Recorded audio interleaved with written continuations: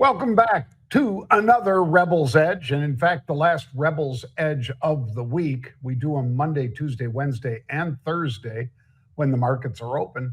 We've got a pretty jam-packed Rebel's Edge today, including a little tribute to one Lou Holtz. But we're also going to cover what's going on overseas and the prediction markets. We'll be right back with today's Rebel's Edge.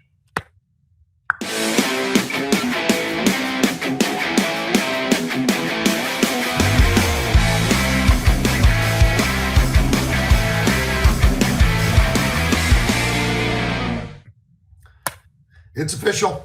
Here we go. Clapper's back, and I don't mean Pete. Yeah, I haven't seen you in a little while on the Rebel's Edge. It's on me. That's for sure. Yeah, he was out in California doing God knows what, folks. But I'm sure we'll be posting links to it soon. Yeah. Well, let's dive right into macro, Pete. U.S. market, the SPY, I put it up against China's FXI today just to see what was going on. And the FXI is down 5% and the SPY was up a little bit. Now it's fractionally down. But there's the big spread that you're talking about when you say, what's the impact to the rest of the developed world? It's pretty bad in Europe. It's really bad in China. And for us, not so much. Larry David, that's so great. Well, for my macro, John, I'm just going to say this. We haven't seen crude move like this in quite some time. As a matter of fact, it's the highest level since June of 2025. So a big run up towards 80, very, very close to 80, as a matter of fact. And I think that that alone is certainly something from a macro perspective that we're all keeping a very close eye on as the markets have had a little bit of pressure, let's just say that, early on this week, or at least today. Yeah. Well, as we dip into VIX, Pete, it opened at 2211. It shot up to 2370. And where is it right now? Well, it's 2319, Pete. Woo. It's up about 10% on the day. And I guess we understand why, because and this is one, though, folks, where I don't know how long you want to stay long volatility, because it tends to move up and down very quickly, downward even quicker than it moves up. Yeah, I would agree with that, John. As a matter of fact, when you look at the VIX itself, Monday we got all the way up to 28. Tuesday we, dropped back down somewhere closer to 21. And then, we've been bouncing around between 20 and 23 on Wednesday, 20 and 23 today.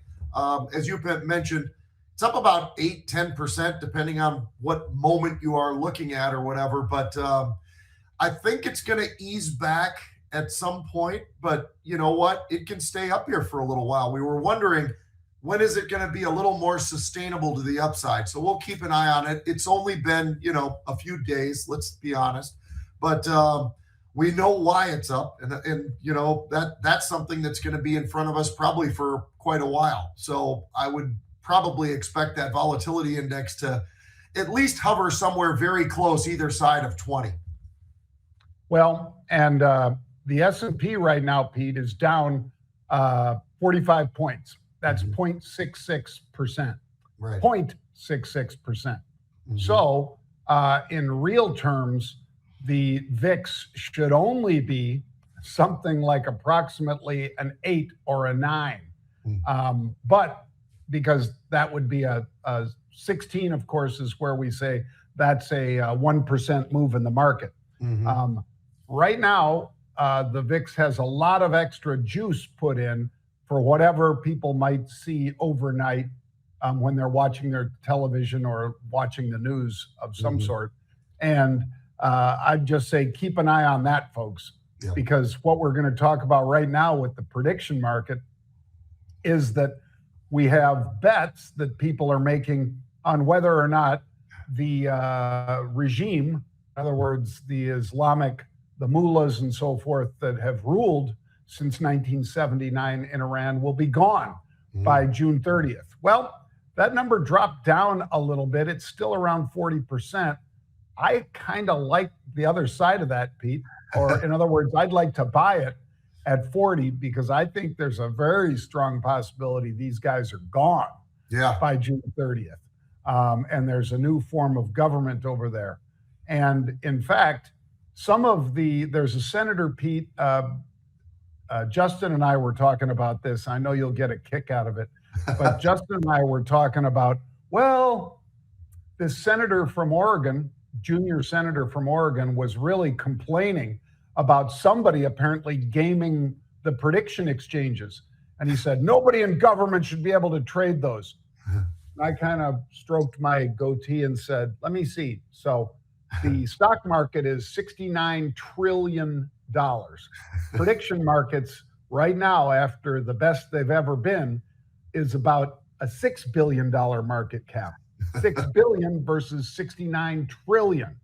So, but let's let everybody in government trade on insider information. But whoever it is buying, Maduro getting captured or Khomeini being dead, that's the one we should focus on. John, I'm with you. I'm with you 100% on that one. And it's on the bet of being about 40%, because it sure seems to me that there's a new sheriff in town, and that sheriff has got kind of that orangey blonde hair. So I think things are a little bit different than that they have been in the past. And the aggressive moves, some people might be frustrated by it, but the reality has been that a lot of things have been going in the right direction. And I think that, getting rid of this regime is probably one of those things. And I think that, they're going to have success doing it. And so with that being said, I'm with you. I think that prediction market side of it, and those numbers are outrageous, by the way, that you just mentioned. I mean, the size of the stock market versus it's not even in the ballpark, for God's sakes. Yeah, but the guy's a joker. Yeah, came up with this, Pete. These guys, and that's the other reason why, if these guys are really as smart as they think, then they really should be making the kind of money that Nancy Pelosi's making. But anyway, I digress. All right, let's get into it, man. Let's talk about the trade desk, Pete. Yeah. TTD. So they're going to team up with AI, which, by the way, AI is partly why we're doing as well as we're doing over there. In Iran, because AI can crunch all those numbers, Pete, from as soon as there's a muzzle flash from anti-aircraft guns, as soon as there's a flash from a ballistic missile, which Iran fired, I think, over 250 the first night. Whenever that happens, AI is going to work and it's saying, that's where it came from, right there. And then, of course, the pilots overhead are like, thank you very much. Bang. So the trade desk, Pete, doing a deal with the ChatGPT people to basically push out a lot of the advertising that people want to do on there. And we had unusual activity in the name. In fact, John Farrell popped it up there for us and said, hey, guys, take a look at this. 26th of February, and these options expire tomorrow in the case of the top one, as you can see, March 6th. And in the case of the bottom one, January 15th, well, that would be of next year. People were buying the trade desk, TTD. And those trades worked out, I think, Pete. Yeah, they seem to do pretty well, I would say. The timing, pretty daggone good. Yeah. Just take a look at that. You got all the way up close to call it 30. I would say those 25 calls are worth around $5, so not so bad. Not so bad. OpenAI, you already brought that up in the ads and how that could help trade desk, and I think that there's a lot of reasons behind that. One of the reasons the stock bounced up, it was even higher, John. It was up like 26 or 27%. How about when the CEO decides to buy a few shares? 6 million shares, as a matter of fact. And that number now has moved up to about 8.3 million total. So with revenue looking pretty strong and a boost from consumers there to 17 billion a year. I would say right now, trade desk is going in the right direction. And I would say the C-suite thinks it's going in the right direction as well, because C-suite wants to ride along with it with that CEO buy. Well, what about VEEV, Pete? Moving to the upside, They advanced after the cloud solutions provider for the life sciences industry really put up some pretty impressive numbers. And again, just like in the case of TTD, this is against a backdrop, folks, of 0.6 or 0.7% drop in the S&P, 700 point drop out of the Dow. Again, neither of those being even very much panicky, but nonetheless, you've got a big pull of all of that negativity, and these guys still posting positive and going higher. Yeah, I'll tell you what, John, I'm a little surprised the stock's not even higher than it is right now. Because when you see the numbers that they put up and you say, well, Q4, how did it look? Well, revenue, strong. Earnings, strong. They beat on both sides of it. And the guidance on profits, that was strong. Earnings, that was strong. Revenue, that was strong. I mean, 16% of the revenue is growth for the revenue. All of those things look pretty daggone nice to me. So for those reasons, I'm actually a little bit surprised the stock's not up even more. But it's made some moves even coming into this. So, maybe it makes a little bit of sense that it's not quite as dramatic today.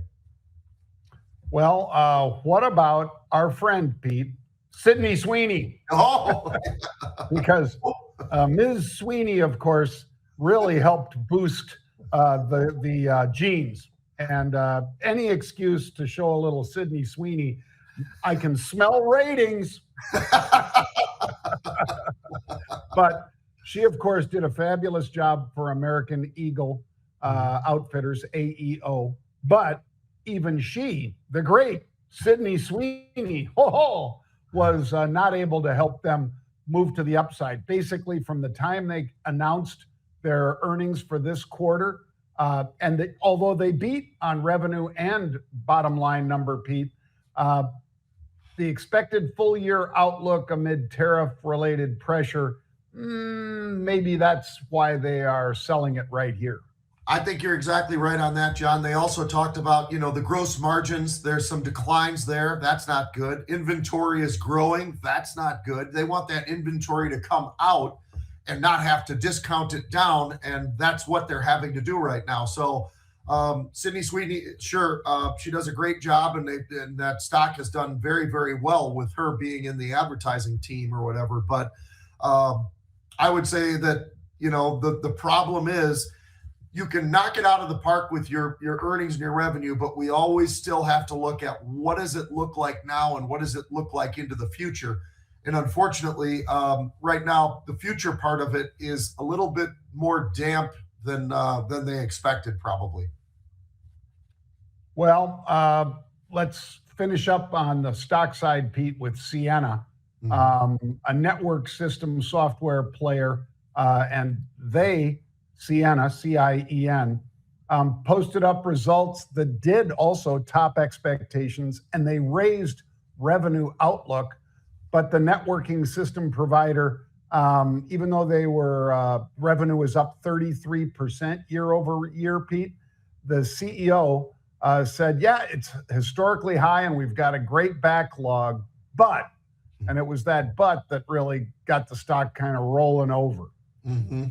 Yeah, well, and you know what? It hurt the performance. There's no doubt about it. I mean, all you got to do is look at that and you just say, wow, this thing definitely took a turn. One of the other things that stands out for me, John, is, we look oftentimes, well, what's the short interest look like? That's not the point here, but the valuation level of Ciena is a bit of an issue because we talk about this all the time, the price to earnings. Well, what has it been in the past? What does it look like now? And those kinds of things. And their PE, that price to earnings, is a 77.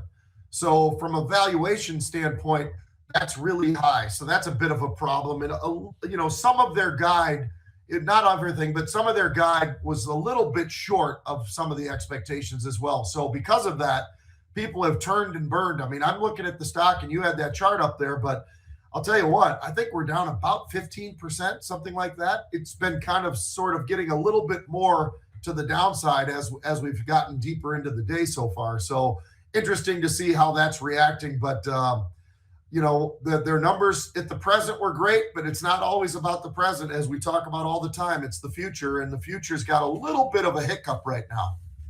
Yeah, and higher expectations for, the full year, up around, I think, 7 billion or so, Pete. Supply chain constraints. There were a couple reasons that the CEO cited.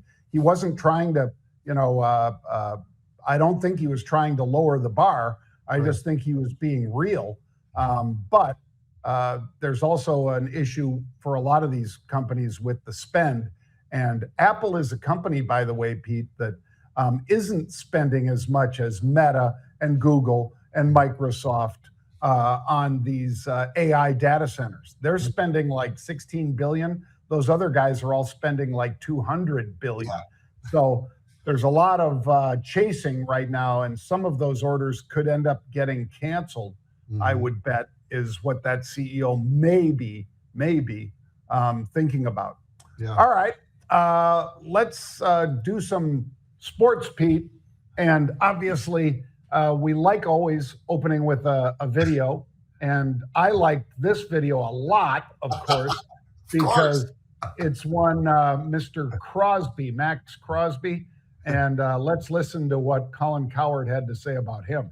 Chicago Bears. They are now this morning the odds-on favorite to sign Max Crosby. Go for it. Ben Johnson's an aggressive guy. Go for it. It's the number one need, edge pressure. He's an elite player, leads the NFL since he entered in tackles for losses. He's 2 years younger than Myles Garrett, who was just, the defensive player of the year. And here's another reason why you have to strike when the iron is hot in the NFL. Only got 2 years left with Caleb Williams on the rookie deal. He's going to get expensive real quick. The Rams just did it. Rams said, listen, we need one element to our roster. They're like, let's go get McDuffie. And I think the Bears are in the same situation. The Chicago Bears. They are now this morning the odd. And while you were gone, the Bears center retired. Oh, I didn't see that. Yeah. Wow. And he had just signed a new contract this year, played all 17 games, was great. But I did a lot of searching, Pete. I didn't see a lot of head trauma or other things, but he's probably taken home over 30 mil already. And he had certain parts that were guaranteed, but obviously if you quit, those aren't going to be paid. Even on the guaranteed side, because you're not living up to your side of the contract and so forth. So I was sad to see this guy retire at, I think, 26 or 27, Pete. That's young. I mean, not since Andrew Luck have I seen a guy this young without significant injuries just say, well, that's it for me. Right. It's strange. But now we need to go get a center too, Pete. Right, because that was what you guys did so well, John. The Chicago Bears did a great job of getting an offensive line rapidly in position for their great quarterback, who's turned into everything they expected him to be, and had a great year this past year. But you know what? That's a major position, because the center, for the people who don't know, they're the ones who really call all of the blocking in front of them, and they turn to their left, they turn to their right, they bark it all out, and they do that whole thing. So that's going to be a piece that they're going to have to find somewhere. And by the way, Baltimore has a center that Limbaugh. Perfect. So there's some things out there that could happen but you know what? We're just now starting to get into this whole thing. We just finished the combines. So now the big excitement is obviously free agents, and everybody's got their opinions. So want to talk about these quarterback free agents, John? I think it could be kind of interesting. Yeah. Let's talk about them. So who's at the most risk right now? It was the way that you phrased it, and I like that. As far as there are some quarterbacks out there that are certainly going to be free agents, or at least they have the possibility of maybe sniffing around and seeing if they can go somewhere. It's interesting because you've got some quarterbacks that you probably never would have expected until the last year or so, because you look at a guy like Kyler Murray. Kyler Murray actually, completion-wise, did a nice job last year. 68% completion, believe it or not. The guy, he's changed who he is a little bit.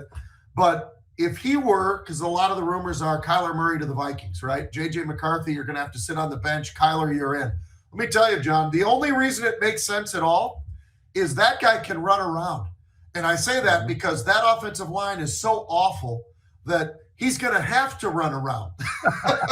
And he's also small. He's going to get hit and he's going to have injuries. It's just going to happen because if we give another 60 sacks by the offensive line, I think Kyler Murray is going to find himself running around for his life back there. And unfortunately, at some point, probably gets hurt. So, you've got to build that offensive line. And I know the Bears will redo theirs, but you've got Justin Fields out there. You've got Tua Tagovailoa, whatever the heck. That's the toughest name in the world to say. And Michael Penix. And Michael Penix is still a kind of a work in progress, but I like what he's been able to show. He's only played 9 games. So it's not like, there's a huge amount you can look at these guys. But what do you think, John? The problem I have with Tua, they have a lot of talent in Miami, I think. Offensively, defensively, a lot of talent. And that's why the coach got fired, because they didn't have enough success for the amount of talent that they had. But one problem with Tua is he had 20 touchdowns last year. Not so bad.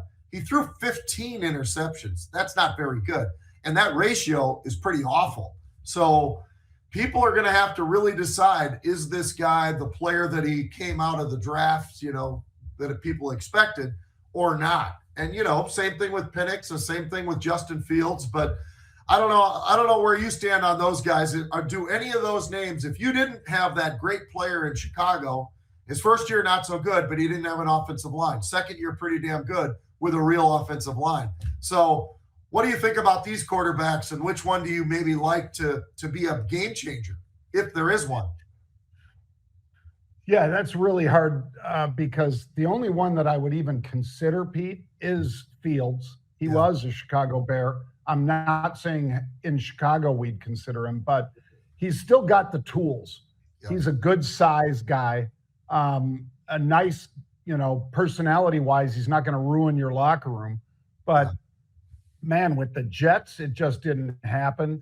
But the Jets are in a world of hurt anyway. They'd be right up there with some of the worst teams in football, I think. Mm-hmm. So I wouldn't touch any of these guys really, Pete.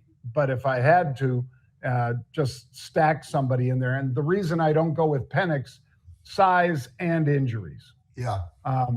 Not injuries in the pros right now, but we know his college career at Indiana, by the way, and then Washington, he took a lot of hits, a lot of licks, and a lot of injuries. Yeah. So that doesn't bode well at any team if you're not big and you've taken a lot of hits. Yeah, I agree with you. And if you're going to get Kyler Murray, you might be able to get a slight discount off of him, John, because he's already made a boatload of money at Arizona. Even he hasn't had much success, but he's made a hell of a lot of money. So he's okay there. So you might be able to get him for the right price or whatever. And you'll need to, because if you got a team with an offensive line that's going to give up a lot of sacks, he's not going to be playing all the games. He ain't playing 17 games. I can guarantee you that. It's not going to happen. All right, Miami of Ohio, one of the amazing teams. Wait, the U? The U, yes. Well, different U, but the U of O. They had a little competition early on when Nebraska was just on this unbelievable run, and Nebraska's still good team, played really, really well. But there's a point in time where reality steps up, and some of the better teams of the Big Ten are going to beat you, and that's kind of what happened with Nebraska to some degree. They also lost a game or two that they probably shouldn't have, but they had a great year, let's be honest. But how about Miami, Ohio? All year long, these guys finished 30-0. They got one more game, but 30-0. I mean, that's pretty daggone impressive. Here's a couple of the cool stats about that, John. They have 7 players that have double-digit scoring per game. So these guys they're not leaning on the one guy, right? They don't have the one guy who's got to shoot the threes or else they're out of it or whatever. But they've got a real team. They run and gun over 100 points in games. They had 7 games where they scored more than 100 points. They averaged 90 points a game, which is very, very high. It's number 3 in the country. The last stat I'll throw at you, field goal percentage. 52.6, which is number 1 in the country. So These guys can shoot the ball. They've got a lot of depth. When I looked at the roster, the interesting thing is they don't really have a center. They got a boatload of guards and a few forwards, right? But they don't really have like that 7-foot guy that you always have, in the middle of a college team, and he's a blocker and all that. They don't have that, which makes them kind of interesting because they can run and gun, which is a lot of what they do, which is why they score so many points, and their shooting percentage is so strong. So when you look at this team, you know what? Do I think they're going to win the NCAA tournament? No, I don't. And that's probably not fair. But I think these guys could get through a few rounds and make it pretty damn interesting. And I think people probably that haven't watched them don't understand that these guys can shoot the ball very well. They run up and down the court because they're not a bunch of 7-footers. They got a bunch of guys that are anywhere between 6 feet and about 6'8" that are sprinting down there. So interesting team to watch, and I think it's going to be a lot of fun in the tournament for them. Yep, and you could probably get a pretty good odds on them too. Yep. And remember, with some of these sites, especially the prediction sites, you can trade out. You don't have to hold it all the way. You don't have to say they're going to win it all. They drop out of the Elite Eight, and you're like, damn. Yeah. Well, Pete, we had the passing of a legend in the game. Yeah. And you were his only 2-time captain. And so I'll let you say a little bit about the one and only Lou Holtz, because we both loved him. Great magician and a fabulous coach and a wonderful guy by all accounts. And John, if you go back in his lifespan, this guy used to go on Johnny Carson. The Tonight Show is what it's called, but Johnny Carson, not with these clowns today. But, and I'll tell you, he'd go on there and he would wow Johnny, and he was the greatest. He was such a great communicator, and he did the same thing. Here's this very meek-looking guy, right, with a funny lisp that when he speaks. But John, if you go back and you look at the success he had at Arkansas, the success he had at South Carolina, the success he had at the University of Minnesota, and what do I mean by that one? Because that was right near and dear to me. John, we were 1-10 in 1983, and probably, whether I like saying it or not, I have to be honest, the worst team in all of college football. We had to have been. We were 1-10. We got the crap kicked out of us. We were giving up somewhere probably on average of 50 or 60 points a game. We had no offense at all, and we were getting crushed. And in his first year that he got there, we ended up winning 4 games, lost 7, but we won 4 games. Totally different team. Won some Big Ten games, which was a big deal because the Big Ten was extremely strong at that point in time. Ohio State, Michigan, just unbelievable. And in 1985, we win 7 games with Coach. And we took a team, Oklahoma, the best team in the country. They were the national champions that year. They were unbelievable. Every guy was going to go somewhere in the first round at some point. Offensive line, well, a couple of the guys are younger. Some of them are older. But anybody coming out of there, tight end, he was, number 1 draft pick or first-round draft pick. The quarterback moved positions. He went to UCLA, Troy Aikman. But Troy Aikman, not such a bad quarterback, right? I mean, no. And he was more suited to be at UCLA, John. I mean, the guy's big, number 1, and they run the option, number 2. Now, I know he did it at Texas in high school, but Oklahoma is a different world. So, he ended up going to UCLA. But everywhere you look, linebackers, everybody, from Brian Bosworth on down, they were all really, really good high-round picks and unbelievable everything. We brought those guys to the wire. We brought them to the virtually very close to the last play of the game where we actually did lose the game to them, a home game for us. But, 13-7 was the score, and we had a shot to win it. And we didn't, but we had a shot. But then we finished up going to a bowl game, the Independence Bowl, and we're playing Clemson, who not too long before that had won a national title, and we beat them. So this guy turned the worst team in all of football into one of the better teams, and we had a lot of grit. We lost some games. Sure, we were 7-5, but I'll tell you what, John, that was a football team that people didn't want to play because he changed the culture. He changed everything about what we did. He had a great bunch of defensive coaches who came from Virginia Tech that was the best defensive group, you know, in the country year in and year out. He did everything right, and then he left us, unfortunately for us. I think we would have gone to a Rose Bowl in 2 or 3 years. I really do, which back then meant you won the Big Ten title. So it didn't happen because he went to Notre Dame and he turned around a team that was just as bad as we were, brought in Tony Rice from South Carolina. We got Ricky Foggy from South Carolina as a quarterback. So, you know, it was the mirror image of us, but he actually got those guys over the line and they won a national title. So, you know, special guy, unbelievable person, had a great life. I don't know how sorry you could be for somebody who lives 89 years, and he had pretty much a healthy run for 89 years. So one of the best guys you could ever meet and a life changer for a lot of players. Yep. And Jared, if you put that up one more time, that picture of Lou, the reason I liked this one so much, Pete, is you're both in the one above him with that arrow. That's you. And then you're about to put a lick on Aikman here, which, according to Troy Aikman, was what sent him out to UCLA. I was eyeing up those ribs, John. I can tell you are. We had a place called Rudolph's in Minnesota where we'd go to eat ribs, and this was me going to Aikman to hit the ribs. So it was all good. Well, great guy, Pete. Great job eulogizing him. Super football coach, great human being, Christian. Just can't possibly say enough nice things about him. So thank you for that, Pete. You and I will be back. Not tomorrow, folks, but Monday next week at 1 p.m.